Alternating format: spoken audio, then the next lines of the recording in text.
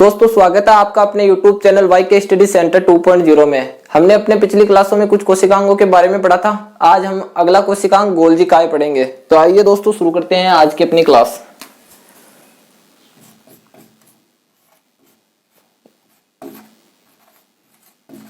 Golgi काय, Golgi काय को दोस्तों इंग्लिश में गोल्जी बॉडी भी कहते हैं। Golgi body. सबसे पहले इसकी बात करते हैं खोज की। खोज दोस्तों, इसकी खोज कैमिलो गोल्जी नामक एक वैज्ञानिक थे जिन्होंने की थी। कैमिलो गोल्जी ने दोस्तों कौन सी सन में की थी? 1898 में। दोस्तों ये जो कैमिलो गोल्जी दो साइंटिस्ट थे, ये क्या थे? तंत्रिका वैज्ञानिक थे, यानी तंत्रिका कोशिका के बारे में अध्ययन करते थे। दोस्तों तंत्रिका कोशिका क्या होती है? यानी हमारे शरीर के अंदर हर जगह तंत्रिका कोशिका पाई जाती है, जो क्या करती है? संदेश स्थानांतरण का काम करती है। संदेश स्थानांतरण का मतलब है दोस्तों, जैसे अपन किसी चीज को स्पर्श कर रहे हैं, जैसे आंख बंद करके मैं मेरे शरीर के कहीं पर भी स्पर्श करूंगा या कोई दूसरा मेरे स्पर्श करेगा तो मुझको क्या होगा? पता चल जाएगा कि किसी ने स्पर्श किया है। यह कार्य कौन करती है? तंत्रिका कोशिका। तो यह क्या करते? ये तंत्रिका वैज्ञानिक थे, तो तंत्रिका कोशिका पर शोध करते थे।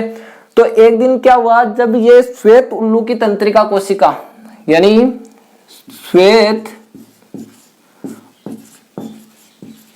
उल्लू आउल है ना, श्वेत उल्लू की तंत्रिका कोशिका का अध्ययन कर रहे थे,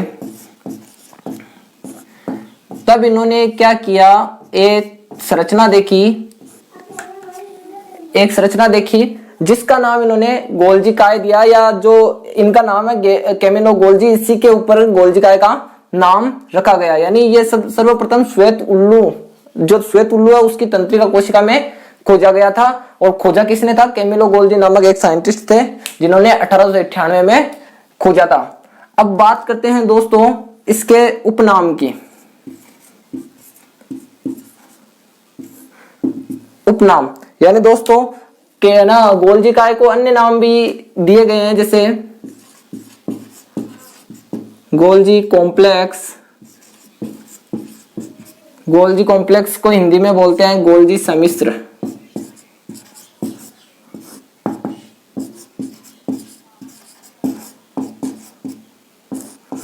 सम्मिश्र। एक डाल्टन कॉम्प्लेक्स भी बोलते हैं।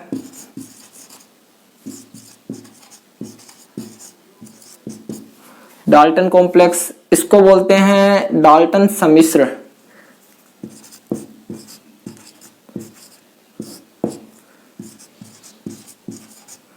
डाल्टन सम्मिश्र। दोस्तों गोल्जी बॉडी, ये भी इसका नाम ही है, गोल्जी बॉडी, जिसको हिंदी में बोलते हैं गोल्जी काय। गोल्जियोसोम भी बोला जाता है दोस्तों, गोल्जियोसोम। गोल्जियोसोम भी इसका अन्य नाम है।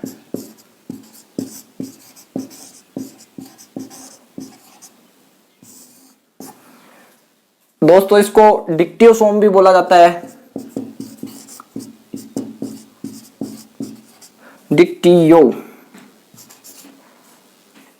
डिक्टियोसोम।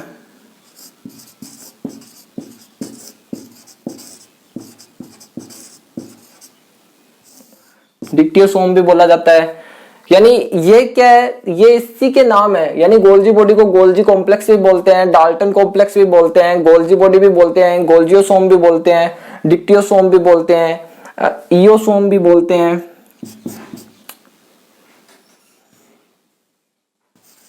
इयोसोम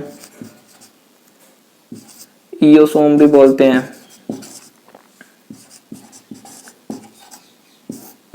ये इसके अन्य नाम है। अब बात करते हैं दोस्तों कुछ महत्वपूर्ण बिंदु की। आप इनका स्क्रीनशॉट लेकर रख लीजिए। ताकि आप अच्छे से नोट्स बना सकें। बात करते हैं दोस्तों इंपॉर्टेंट पॉइंट की।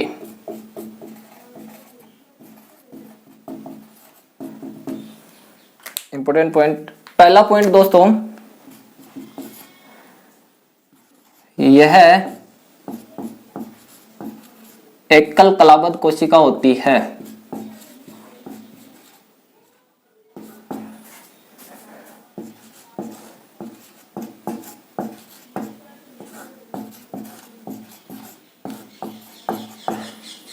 यह एक एकल कलाबद्ध कोशिका होती है। दूसरा पॉइंट दोस्तों, लाइसोसोम का निर्माण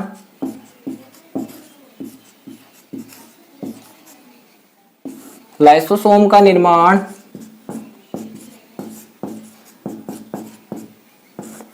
गोल्जिकाय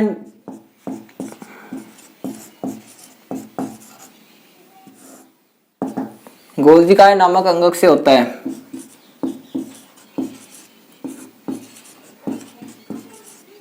ये अपन ने गोल्जिकाय में भी पढ़ा था दोस्तों, और आज अभी वापस भी पढ़ रहे हैं। लाइसोसोम का निर्माण किससे होता है? गोल्जिकाय नामक अंगक से होता है।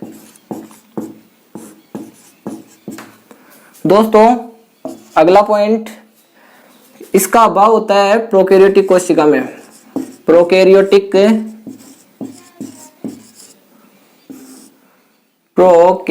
कोशिका में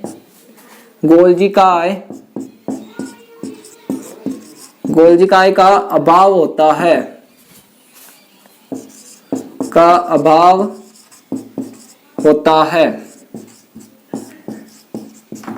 अगला पॉइंट दोस्तों, यह क्या होता है? जैसे लाइसोसोम को कोशिका की आत्मघाती थैली बोला जाता है, माइटोकॉन्ड्रिया को शक्तिगृह बोला जाता है ना, और राइबोसोम को प्रोटीन फैक्ट्री बोला जाता है। उसी प्रकार गोल्जिकाय क्या कहलाता है दोस्तों? कोशिका की किडनी कहलाता है। गोल्जिकाय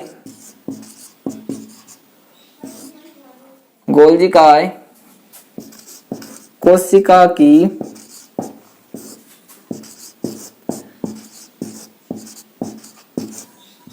किडनी कहलाता है।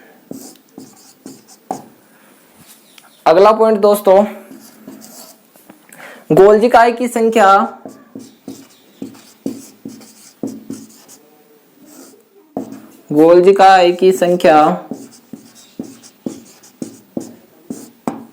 भिन्न भिन्न कोशिकाओं में भिन्न भिन्न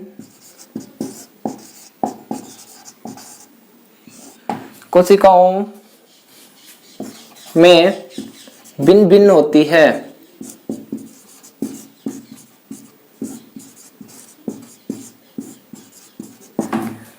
गोल्जिकाय की संख्या भिन्न भिन्न कोशिकाओं में भिन्न भिन्न होती है तथा इसका आकार भी भिन्न भिन्न होता है, तथा इसका आकार व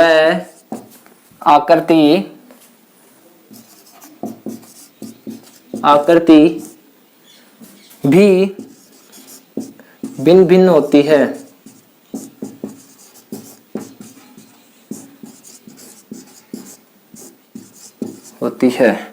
जिस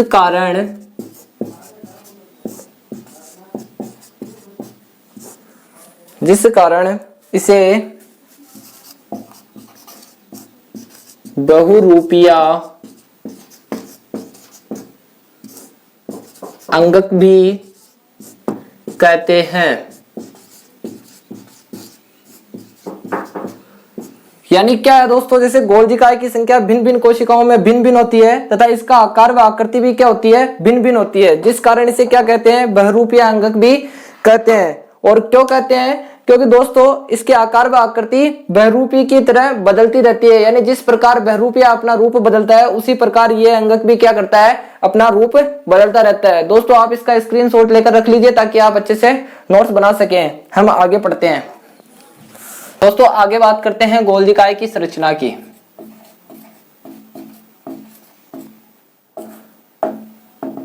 वैसे तो हमने पढ़ा कि यह बहुरूपीय अंगक होता है, यानी इसकी आकार व आकृति व संख्या भिन्न भिन्न कोशिकाओं में भिन्न भिन्न होती है, लेकिन इसकी संरचना क्या होती है दोस्तों, लगभग समान होती है। इसके अंदर 3 संघटक होते हैं, 3 संघटक। पहला होता है दोस्तों सिस्टर्नी, सिस्टर्नी। दूसरा होता है पुटिका और तीसरा होता है वेसाइकल,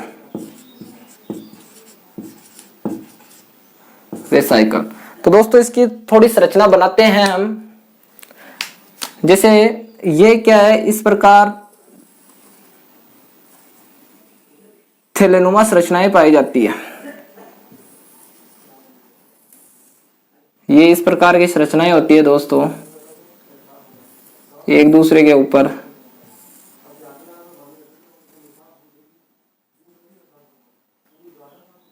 अब ये इस प्रकार की संरचना है दोस्तों। यहां पे दोस्तों जैसे नई नई पुट्टिकाओं का निर्माण हो रहा होता है, ऐसे इस पे भी जुड़ी हुई होती है।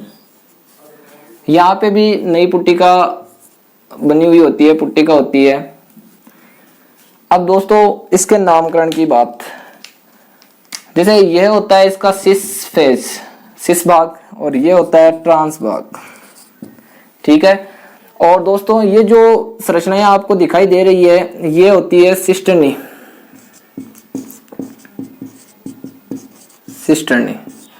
और ये जो दोस्तों आपको दिखाई दे रही है, ये पुट्टिका है, पुट्टिका। और यहाँ पे जो दोस्तों अंदर की तरफ जो संरचनाएं दिखाई दे रही है, वो है वेसाइकल।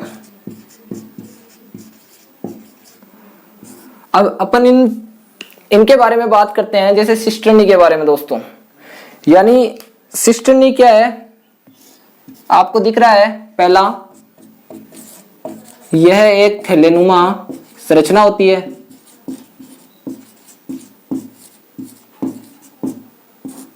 संरचना होती है, पहला पॉइंट हो गया दोस्तों, यानी ये थैले के समान संरचना है, इसलिए इसको क्या बोलेंगे, थैलेनुमा संरचना। इसका दूसरा पॉइंट दोस्तों, सिस्टर्नी का ही दूसरा पॉइंट लिख रहे हैं।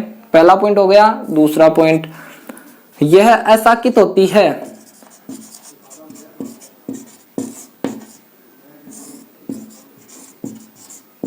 होती है। असाकित का मतलब दोस्तों इसके शाखाएं नहीं निकली हुई होती, शाखाएं नहीं दिखाई दे रही है आपको। इसी के तीसरे पॉइंट की बात करते हैं दोस्तों। तीसरा पॉइंट, इसके जो ये अंदर का जो भाग है, इसमें पारदर्शी द्रव भरा होता है। अंदर के भाग में, अंदर के भाग में पारदर्शी द्रव भरा होता है।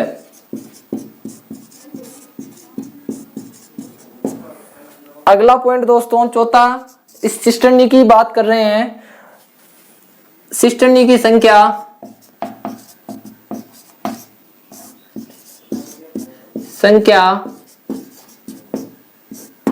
प्रत्येक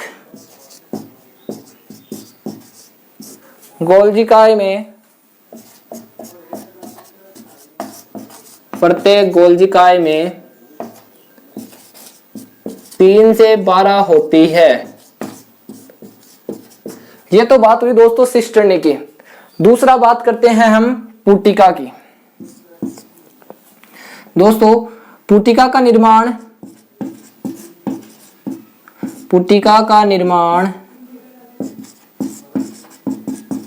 सिस्टर्नी, ये जो सिस्टर्नी है इसके सिस फेज से होता है। पुटिका का निर्माण सिस्टर्नी के सिस फेज से होता है। दोस्तों इसको एक बार मिटा रहा हूं, सिस फेज से होता है, ये तो इसका पहला पॉइंट। इसी का दूसरा पॉइंट लिखते हैं, यह गोलाकार होती है।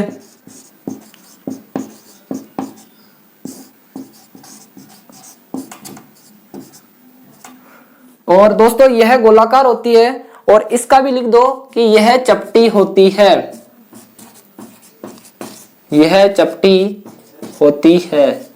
यानी देखो संरचना देखने पर आपको ये चपटी दिखाई दे रही है और ये गोलाकार दिखाई दे रही है, तो ये गोलाकार होती है। तीसरा, पुट्टिका का निर्माण मुकुलन के द्वारा होता है, यानी इसका निर्माण किसके द्वारा होता है? मुकुलन। मुकुलन का मतलब होता है दोस्तों शरीर के एक अंग पर क्या होता है? उभार आकर नया जीव बनता है, तो इसमें क्या हो रहा है? मुकुलन।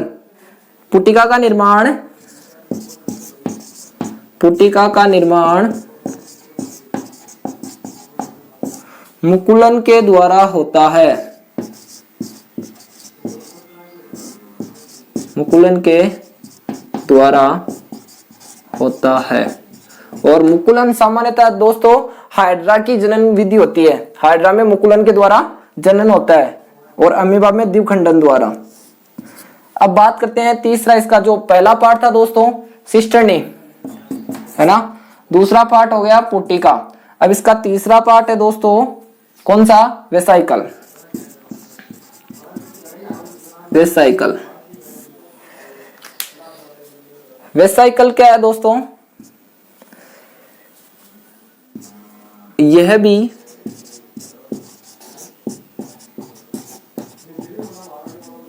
सिस्टर्नी, यह भी सिस्टर्नी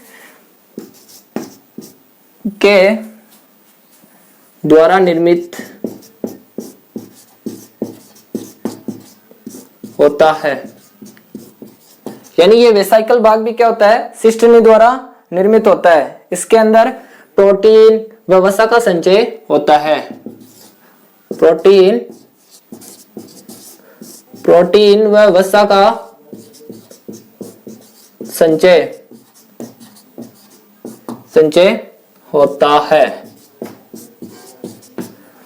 तो दोस्तों यह तो हुई अपने गोल्जी काय की संरचना की बात। यानी संरचना के अंदर क्या है दोस्तों? इसके अंदर तीन संघटक होते हैं, सिस्टर्नी, पुट्टिका और वेसाइकल, जो मैंने आपको अच्छे से समझा दिया और लिखा दिया। आप इसका स्क्रीनशॉट लेकर अच्छे से नोट्स बना सकते हैं। अब हम आगे चलते हैं, बात करते हैं दोस्तों गोल्जी काय के कार्य की। पहला कार्य दोस्तों, गोल्जी काय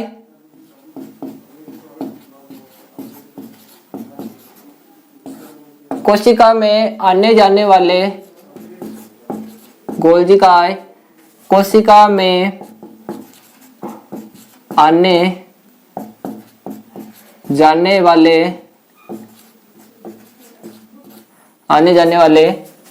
पदार्थों का नियंत्रण करता है,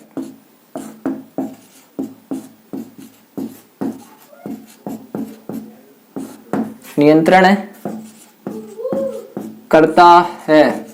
इस कारण गोल्जी काय को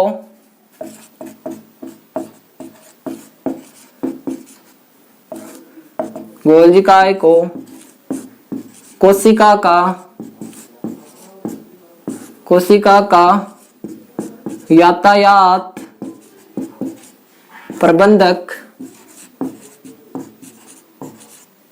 प्रबंधक या ट्रैफिक मैनेजर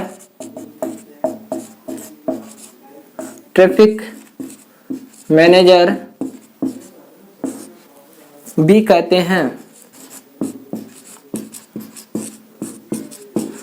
यानी जिस प्रकार ट्रैफिक पुलिस क्या करती है दोस्तों? यातायात नियंत्रण का कार्य करती है, यानी एक जगह भीड़ इकट्ठा नहीं होने देती, या जैसे क्या करती है जो गाड़ियां होती है उनको सही दिशा में और सड़कों को मतलब ट्रैफिक इकट्ठा ना हो इसलिए उनको चलायमान रखती है। उसी प्रकार गोल्जी काय भी क्या करता है? कोशिका में जो पदार्थ आने वाले होते हैं और जो पदार्थ जा रहे होते हैं उन पे क्या करता है? नियंत्रण रखता है। दूसरा कार्य दोस्तों, गोल्जी काय का मुख्य कार्य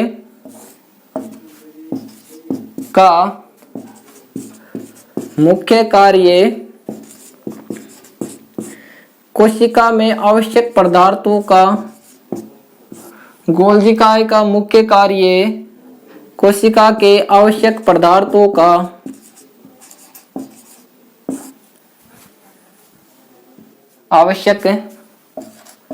पदार्थों का परिवहन करना भी होता है।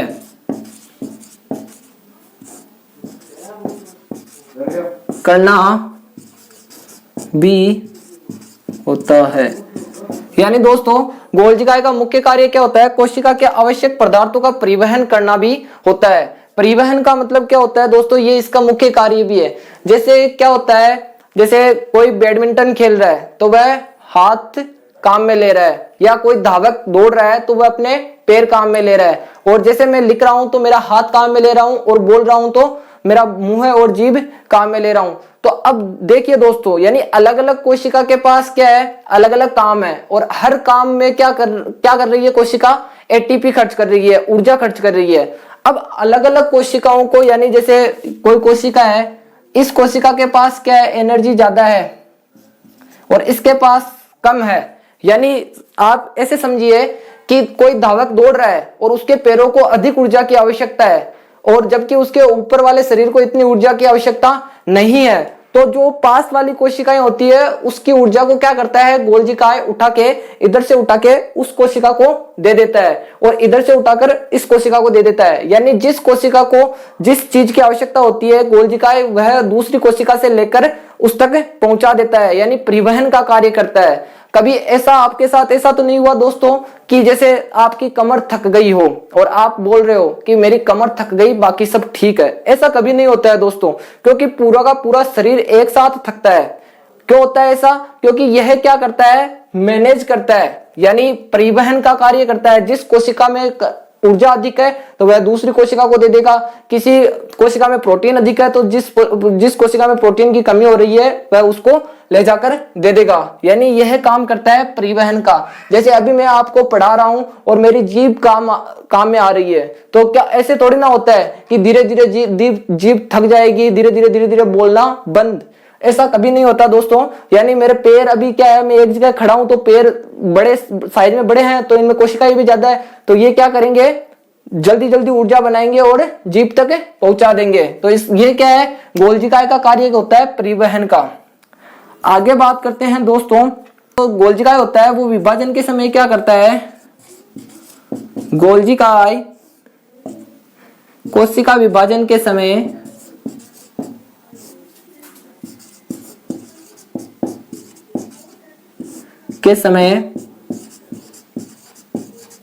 कोशिका पट्टी का निर्माण करता है।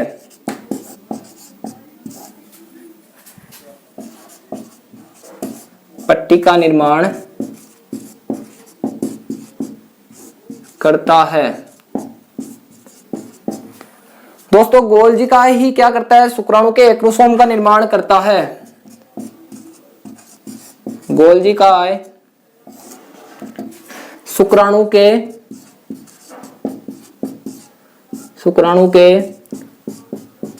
एक्रोसोम का निर्माण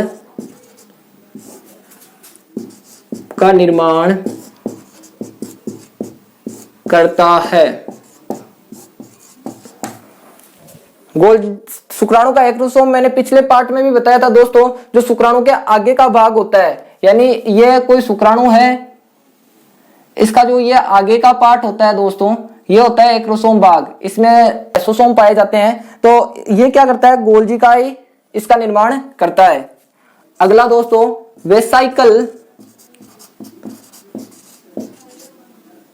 वेसाइकल भाग में प्रोटीन तथा वसा का संचयन होता है। वसा का संचय होता है। अब दोस्तों जैसे गोल्जिकाय के इतने कार्य हैं, अगर मान लो यह ऊर्जा का स्थानांतरण नहीं करेगा या परिवहन नहीं करेगा तो वह कोशिका क्या होगी? मर जाएगी। जैसे मेरी जीभ क्या है, अभी ज्यादा ऊर्जा काम में ले रही है, तो धीरे धीरे क्या होगा? जैसे जैसे मैं आपको पढ़ाऊंगा तो मेरी जीभ थक जाएगी और खत्म हो जाएगी। कभी ऐसा नहीं होता है दोस्तों। क्यों? क्योंकि ये क्या करता रहता है? परिवहन का काम करता रहता है। अंतिम पॉइंट ये भी लिख दो, अगर गोल्जिकाय काम करना बंद कर दे, अगर गोल्जिकाय काम करना बंद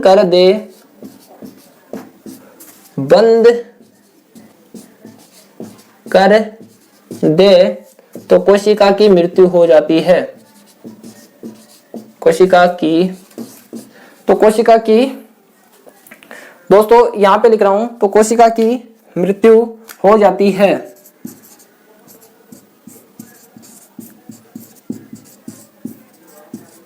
इसके आगे